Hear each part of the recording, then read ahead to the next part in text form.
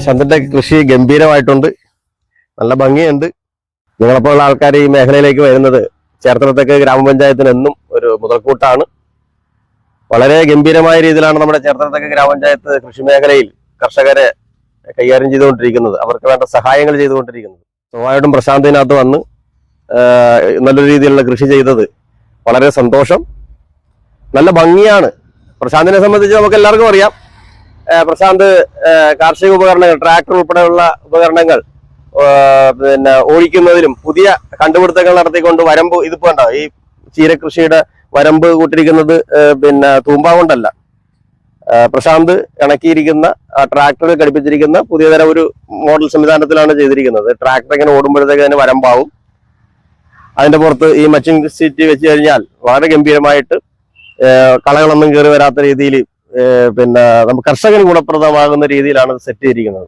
വളരെ നല്ല രീതിയിൽ പ്രശാന്ത് കുറച്ച് നാളുകളായിട്ട് ഈ മേഖലയിലുണ്ട്, നല്ല രീതിയിൽ കൃഷി ചെയ്യുന്ന ആളാണ്, നമുക്കറിയാം. ഇത് പ്രശാന്തിനെ സംബന്ധിച്ചിടത്തോളം സ്വന്തമായി കൃഷി ചെയ്യുന്നത് മാത്രമല്ല, മറ്റുള്ള ആൾക്കാരെ പ്രചോദിപ്പിച്ചുകൊണ്ട് അവരെ കൂടെ ഈ മേഖലയിലേക്ക് കൊണ്ടുവരുന്ന ഒരാളാണ്. നേരത്തെ പലരും ഇത് മടിച്ചു നിന്ന ആൾക്കാരാണ്. പക്ഷെ നമ്മുടെ ഈ ഗ്രാമപ്രദേശത്തേക്ക് പ്രശാന്തിനെ പോലുള്ള ആൾക്കാർ വന്നപ്പോഴത്തേക്ക് പുതിയ തലമുറകൾ ഇത് കൊള്ളാം, ഇത് നമ്മൾ ചെയ്താൽ വിജയിക്കും എന്ന തോന്നലോടുകൂടി ഈ മേഖലയിലേക്ക് നിരവധിയായ ആൾക്കാർ, കുട്ടികൾ ഉൾപ്പെടെ ഇങ്ങോട്ട് കടന്നു വരുന്നുണ്ട്. അപ്പൊ അത് സന്തോഷം തരുന്നതാണ്. നമ്മളിപ്പം ഈ ചീര ഇത്രയും നല്ല വിളഞ്ഞ് ഭാഗമായിട്ട് നിൽക്കുവാണ് അല്ലെ, ആൾക്കാർക്ക് പറിച്ചു കൊടുക്കാവുന്ന രീതിയിൽ ഗംഭീരമായിട്ട് നിൽക്കുവാണ്.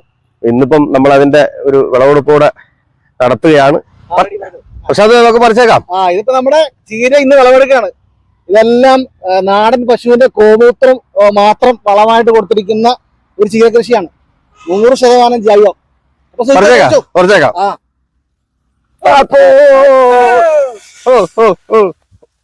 പറിച്ചു ചാടി പറിച്ചു അകത്തിട്ട് പറയാം.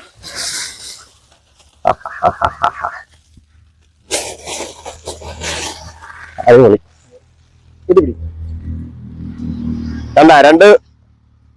രണ്ട് മൂന്ന് ചൂടായപ്പോ തന്നെ അത്യാവശ്യം അല്ല 1 കിലോത്തിന്റെ ഇതായി അല്ല, ഒരു കുടുംബത്തിന് തോരൻ വെക്കാനുള്ള അടിപൊളിയായി. നല്ല 100% വിശ്വസിക്കാവുന്ന ഒരു യാതൊരു കീടനാശിനികളോ യൂറിയകളോ ഒന്നും ചേർക്കാത്തുള്ള 100% നാടൻ പശുവിന്റെ നല്ല കരുത്തോടെ വയ്ക്കുന്നത് അല്ലേ, പശുവിന്റെ ഗോമൂത്രം മാത്രം ഇട്ടുള്ള ഒരു ചീരകൃഷിയാണ്.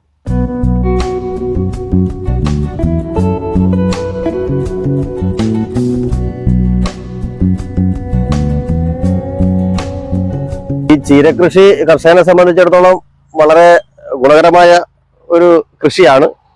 ഇത് നമുക്ക് വളരെ കുറച്ച് ദിവസം മാത്രം മതി ഇതിന്റെ വിളവെടുപ്പ് പ്രായം വരെ ആകുക എന്നുള്ളത്. കാര്യം നട്ട് കഴിഞ്ഞ് വളരെ ഒരു 35-40 ദിവസം കൊണ്ടൊക്കെ ഇതിന്റെ പൂർണ്ണ വളർച്ചയാവും. അത് അപ്പം തന്നെ പറിക്കാൻ പറ്റും.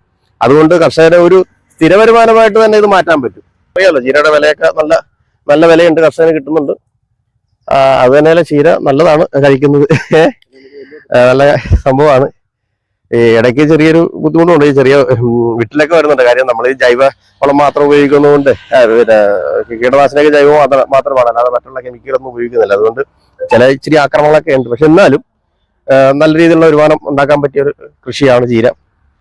ചീര തന്നെ ചെയ്താലും ഒരു കുടുംബം നല്ല രീതിയിൽ കൊണ്ടുപോകാൻ പറ്റുന്ന ഒരു സാഹചര്യമാണ്. അത് നമ്മുടെ ഇവിടെ ഈ പ്രദേശങ്ങളിലൊക്കെ ആൾക്കാർക്ക് പൂർണ്ണ ബോധ്യമുള്ളതുകൊണ്ട് ഇപ്പൊ വെള്ളം പറ്റുന്ന സമയമാണ്, പാടശേഖരങ്ങളിലൊക്കെ കുറച്ചുകൂടെ ഉത്സാഹത്തോടു കൂടി ആൾക്കാരെല്ലാം ഇറങ്ങുന്നതാണ്. ഇതിന്റെ ഒരു ലാഭം, എങ്ങനെ ലാഭമായ രീതിക്ക് ചീരകൃഷി ചെയ്യാന്നുള്ളതിന്റെ ഒരു ഉദാഹരണം ഞാൻ പറയാണ്. ഇതിന്റെ നീളം എന്ന് പറഞ്ഞാൽ 20 മീറ്ററുള്ള ഒരു വാരമാണ്. 20 മീറ്റർ. ഇത് നമുക്കിപ്പോ കിട്ടിയിരിക്കുന്നത് 10 കിലോ ചീര കിട്ടി. എത്ര 30 ദിവസം, 27ാമത്തെ ദിവസം നമ്മൾ വിളവെടുത്തു.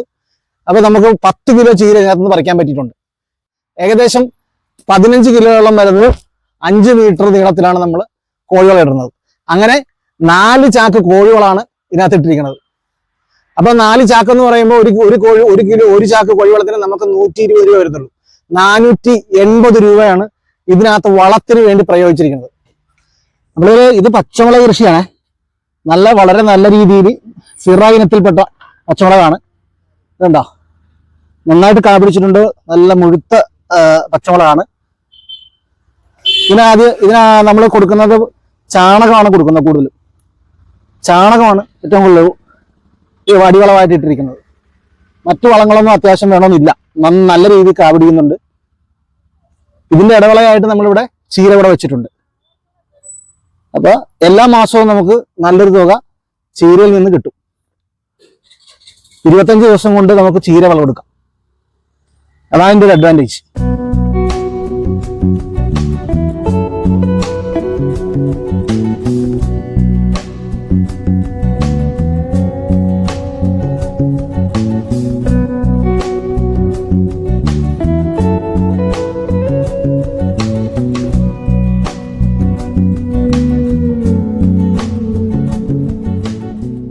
നമ്മുടെ മൂന്നാമത്തെ ഫ്ലോട്ടാണ്. ഇവിടെ നമ്മള് നെയ്ക്കുമ്പളും ഇടവിളയായിട്ട് ചീര, തണ്ണിമത്തൻ, ക്ഷമാം ഇത്രയും സാധനങ്ങളാണ് നമ്മൾ ഇതിനകത്ത് നട്ടിരിക്കുന്നത്.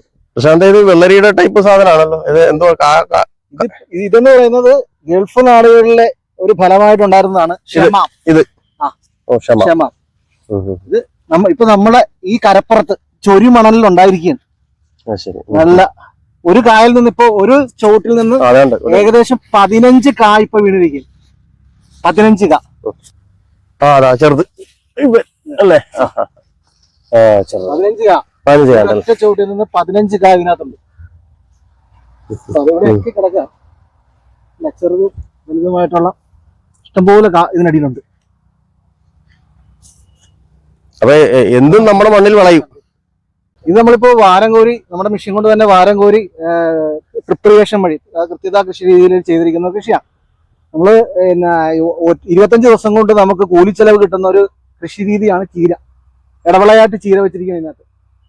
പിന്നെ ക്ഷമാമുണ്ട്, തണ്ണിമത്തനുണ്ട്, നെയ്ക്കുമ്പളമുണ്ട്. നെയ്ക്കുമ്പളം നെയ്ക്കുമ്പളത്തിനൊക്കെ നല്ല വിലയുള്ളതല്ലേ? ഇത് ഒരുപാട് ഈ ആയുർവേദത്തിലുള്ള ആൾക്കാർ രസായനം ഉണ്ടാക്കാനായിട്ടുള്ള ആൾക്കാർ വന്നെടുത്തിട്ട് പോകുന്നുണ്ട്. പിന്നെ ഈ സോഡിയത്തിന്റെ പ്രശ്നമുള്ള ആൾക്കാർക്ക് ജ്യൂസ് അടിച്ചു കുടിക്കാനായിട്ട് വാങ്ങിച്ചിട്ട് പോകുന്നുണ്ട്. അങ്ങനെ നിരവധിയായ ആൾക്കാർ അതും തിരക്കി വരുന്നുണ്ട്. ഈ മാവേലേക്ക് പടർന്നിരിക്കുന്ന ഇത് മുഴുവൻ ഇതാണ് നമ്മുടെ നെയ്ക്കുമ്പളാണ്. നെയ്ക്കുമ്പളം നല്ലപോലെ കിടക്കുന്നത്.